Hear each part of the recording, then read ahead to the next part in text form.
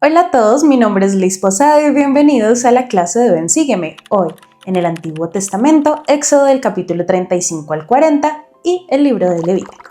Muy bien, bienvenidos una vez más. Al comenzar el conjunto de estos capítulos de escrituras de hoy, descubrirán que si simplemente abren el Antiguo Testamento y leen de Éxodo del capítulo 35 hasta el capítulo 40, capítulo por capítulo, muchos de ustedes podrían terminar como yo algunas ocasiones, rascándome la cabeza y pensando qué se suponía exactamente que debíamos aprender de esto, por qué esto es importante, por qué está en las escrituras y por qué debería yo estudiarlo, por qué debería ser importante para mi vida. Bueno, espero que si hacemos bien nuestro trabajo el día de hoy, al terminar este episodio, ustedes deseen volver a estas escrituras y leerlas con más cuidado, subrayarlas como prefieran, porque hay símbolos y conexiones increíblemente hermosos aquí con nuestro Salvador Jesucristo, quien es el sumo sacerdote supremo de nuestras almas a medida que avanzamos. Así que muy bien, comencemos en el capítulo 35. Para mí es interesante porque en Éxodo hay 13 capítulos dedicados al tabernáculo, a la vestimenta del sumo sacerdote, y luego hay muchos capítulos adicionales más adelante. Incluso en el libro de Hebreos que giran en torno a este tabernáculo. Y si realmente no lo entiendes, básicamente una tercera parte de todo el libro de Éxodo trata sobre el tabernáculo y la vestimenta del sumo sacerdote. Por eso puede llegar a ser difícil o un poco complejo comprender su importancia, pero cuando buscamos a Cristo en todo esto, ahí es donde yo encuentro su significado. Hay mucho poder en ello. Y algo más que he descubierto es que para mí esta es una de las mejores preparaciones para el templo que alguien puede tener. Puede que haya otras formas, pero para mí esto se enfoca en Cristo, habla de Él y también nos ayuda a entender cómo debemos mejorar nuestra propia investidura. Así que el hecho de que el templo sea un conjunto tan simbólico de ordenanzas, todo lo que veremos hoy en estos capítulos es un tipo de sombra y símbolo que apuntan hacia ese gran y último sacrificio de Jesucristo y todos los roles que Él cumple. Así que si entendemos el tabernáculo, estoy totalmente de acuerdo que se convierte en una forma hermosa de enriquecer nuestra adoración en el templo y hacerla más significativa. Entonces, comencemos pues por el capítulo 35.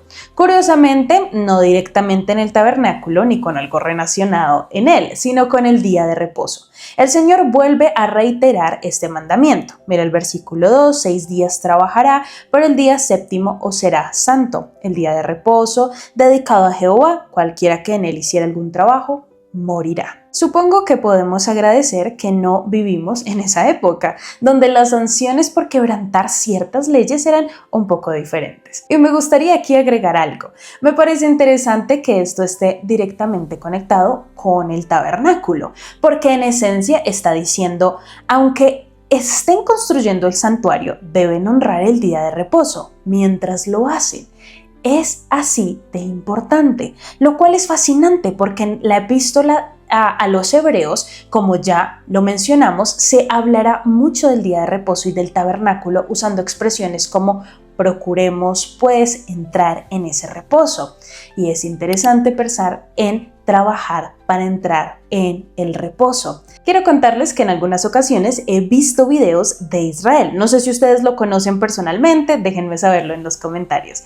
Pero he visto judíos practicantes y puedo ver la emoción que tienen el viernes por la noche cuando el sol está por ponerse. Cantan, bailan, se llenan de gozo porque están entrando en el día de reposo. Trabajan diligentemente para entrar en ese reposo y lo toman muy en serio. Ahora piensa en esto, día de reposo, tabernáculo, trabajar para entrar en el reposo del Señor. Vamos a ver muchas cosas en las que ellos trabajaban para crear ese espacio de reposo y el templo debería sentirse así para nosotros hoy en día, un lugar de reposo donde realmente podemos conectarnos con el cielo mismo. Es algo muy poderoso en este contexto que hoy veremos. Ahora, luego, el resto del capítulo 35, Moisés desde el versículo 4 dice al pueblo: esto es lo que Jehová ha mandado, tomad entre vosotros una ofrenda para Jehová. Todo generoso de corazón lo traerá a Jehová, oro, plata, bronce. Y comienza a mencionar muchos más: telas finas, pieles, madera, aceite, especies y mucho más. Y podríamos seguir leyendo porque, bueno, aquí la lista es bastante larga, pero lo importante es que no eran estos objetos comunes, eran tesoros, incluso reliquias familiares. ¿Y cuál es el significado? Bueno, es interesante que muchos de estos objetos los trajeron de Egipto, eran parte de lo que sacaron de su tiempo de esclavitud y ahora están entregándolo al Señor. Es como decir, bueno, tenemos derecho a esta riqueza, pero aún así lo están ofreciendo. Están usando lo que obtuvieron en la esclavitud ahora para bendecir vidas y adorar al Señor. Y como reflexión, es fascinante cómo funciona esto.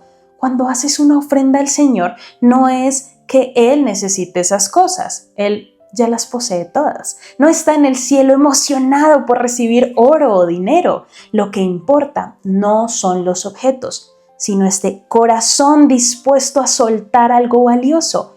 La imagen es como si los ángeles vieran esas ofrendas y se alegraran por los corazones que se abren al Señor. Y Dios no toma esas cosas para Él mismo.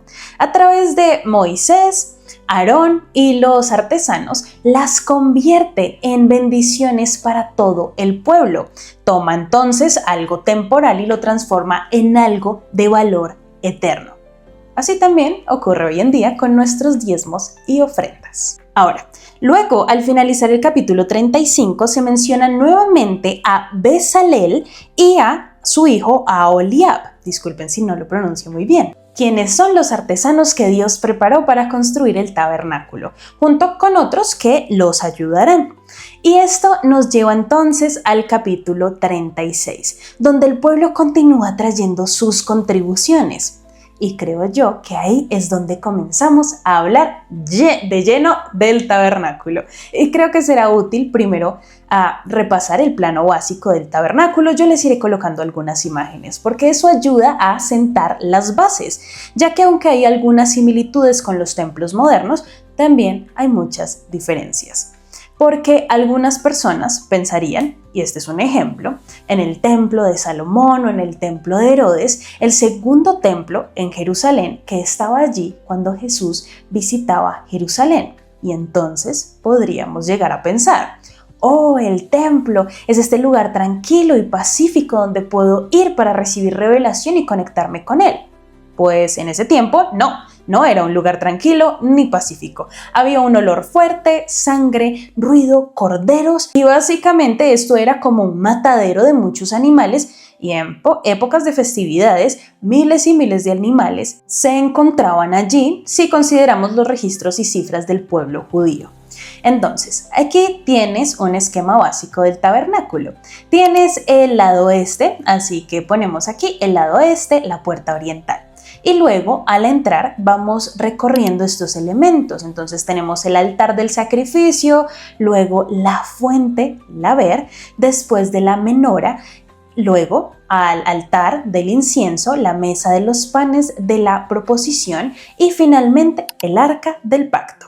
Y en esencia, lo que tienes aquí es una progresión, porque como mencionamos, estamos mirando hacia el este. Y eso es realmente importante, porque si piensas en la conexión con el jardín de Edén, cuando Adán y Eva son expulsados, dicen que fueron expulsados hacia el este. Entonces, si quieres regresar a la presencia del Señor, tienes que ir hacia el oeste. E incluso la palabra, queridos hermanos, arrepentirse en hebreo significa dar vuelta. Así que puedes imaginar que Adán y Eva están saliendo de la presencia del Señor y ahora deben girar para regresar y volver a entrar. Y eso es lo que estamos aprendiendo justo aquí. Todo este plan es en esencia el plan de cómo regresar a la presencia del Señor a través de cada uno de estos pasos. Si comenzamos viendo el tabernáculo como un hermoso modelo o un lente a través de lo cual podemos observar nuestra adoración en los templos actuales, encontraremos esta idea de 3 niveles, incluso de 3 grados de gloria simbolizados. Tendremos el reino celestial, representado en el atrio exterior, que simboliza la vida mortal. Luego tendremos el lugar santo con un hermoso símbolo del reino terrestre. Y luego, más allá del velo, tienes este símbolo del reino celestial, la misma presencia de Dios, representada por el arca del pacto, completamente cubierta de oro, por dentro y por fuera, y sobre ella el propiciatorio, que representa la presencia de Dios. Y por cierto, aunque es un poco difícil de decirlo, me encanta que en las escrituras lo llamen el propiciatorio, que significa asiento de misericordia, en lugar de asiento de justicia. Eso me gusta, que cuando atravesamos el tabernáculo pasamos por el velo hacia la presencia de Dios. Creo que todos estaremos principalmente suplicando misericordia en ese momento. Así que me encanta esa descripción que dan ahí. Al leer estos capítulos, mis queridos hermanos y amigos, nos daremos cuenta que al final el tabernáculo no era solo una estructura física, era un mapa espiritual, un camino cuidadosamente diseñado por Dios para enseñarnos cómo dejar atrás lo natural, lo imperfecto y avanzar paso a paso hacia su presencia. Así que cada elemento, cada sacrificio, cada símbolo, no eran casualidad, todo apuntaba a Jesucristo, a su expiación y a su poder para limpiarnos, transformarnos y guiarnos de regreso a nuestro hogar. Desde la entrada hasta el lugar santísimo vemos un proceso, vemos fe, vemos obediencia, sacrificio, santificación y creo yo finalmente la misericordia de Dios esperándonos al otro lado del velo. Y lo más hermoso es que esto no es solo una historia. Es una invitación viva para ti, para mí, el día de hoy, porque así como ellos tenían un camino para acercarse a Dios, nosotros también lo tenemos. Ahora la pregunta sería, ¿estamos avanzando en ese camino o nos estamos quedando en la entrada? Por eso, ahora te invito a que no leas estos capítulos como algo lejano o difícil de entender, sino como un mensaje personal de Dios para tu vida.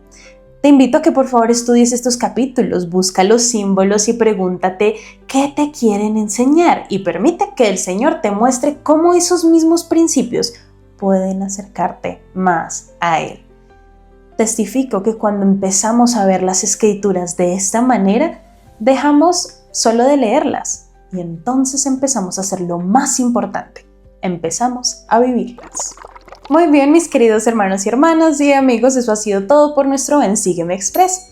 Espero que les haya gustado. Como siempre, ahora llega tu momento de abrir las escrituras y estudiarlas. Mira que nos queda mucho por aprender y aún tenemos los capítulos de Levítico para esta semana. Cuéntame en los comentarios qué te pareció esta clase, qué te asombró, qué fue lo nuevo que aprendiste. Yo te estaré leyendo. Como siempre, recuerda que aquí en More God te esperamos con mucho amor para que seas parte de nuestra familia. Aquí todos los días tenemos contenidos para ti, para todos los gustos y siempre enfocados en Cristo y fortaleciendo la fe. Así que te invitamos a suscribirte. No siendo más, queridos hermanos, ustedes y yo nos vemos en un próximo capítulo. Recuerden, vivir este evangelio. Nadie dijo que sería fácil, pero gracias a Jesucristo no es imposible. Tú y yo nos vemos la próxima. Adiós. Este programa es una producción de More God. Suscríbete a nuestro canal y síguenos en todas nuestras redes sociales.